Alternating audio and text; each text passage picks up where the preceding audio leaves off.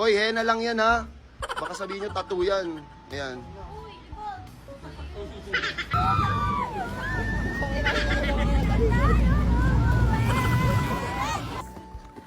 Hindi nga ako bumababa sa ring namin pag nagsikas Ayoko na po.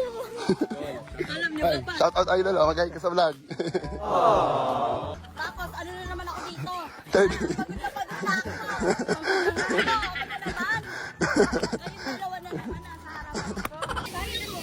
Kaya ko, ako na ko.